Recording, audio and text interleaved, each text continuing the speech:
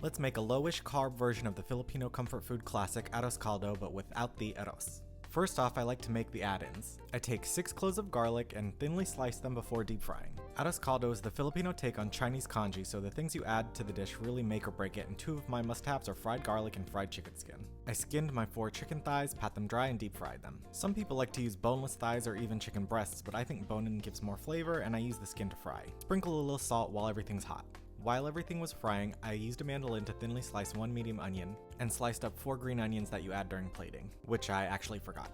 I minced up 6 more cloves of garlic, and then I peeled about 3 inches worth of ginger and minced it. In addition to the minced ginger, I then take about 4 inches of it and slice it into coins. I don't always peel ginger, but when I do, I use a spoon. Because ginger is such an integral part of this dish and I like to use a psychotic amount of it, it's worth peeling. Then I zest and juice 1 lime. Traditionally, you use a Filipino citrus fruit called calamansi. It's kind of like if a key lime and a kumquat had a baby, but they can be harder to find. Anyway, heat up 3 tablespoons of oil in a heavy bottom pan and add in your chicken. After browning, add your onions and let them sweat for a minute before adding your ginger and garlic. When the onions start to brown, I add in 1 tablespoon of black pepper and 1.5 tablespoons of fish sauce. The flavor is pretty essential, so I wouldn't substitute it. To the uninitiated, it's gonna smell crazy for a second, but trust the process. Add in 1.5 to 2 cups of lentils and fry them all together for a minute before adding in 6 cups of liquid total. Once boiling, I drop in 3 eggs, add as many as you want, lower the heat, cover, and cook for about 40 minutes. Turn the heat off and add in the lime zest and juice. The ideal texture is thick and unctuous, but lentils give off less starch than rice while cooking. If it's too loose, either simmer uncovered for a little while longer or thicken with a slurry of 1 tablespoon of cornstarch to 2 tablespoons of water added in towards the end of cooking. Put some into a bowl, add in 1 of the quartered eggs, some of the chicken skin, some of the garlic, a pinch of salt, and a squeeze of lime. Honestly, I didn't miss the traditional rice at all. This version hit all the same notes: zingy, savory, salty, and stick to your ribs without skyrocketing my glucose levels.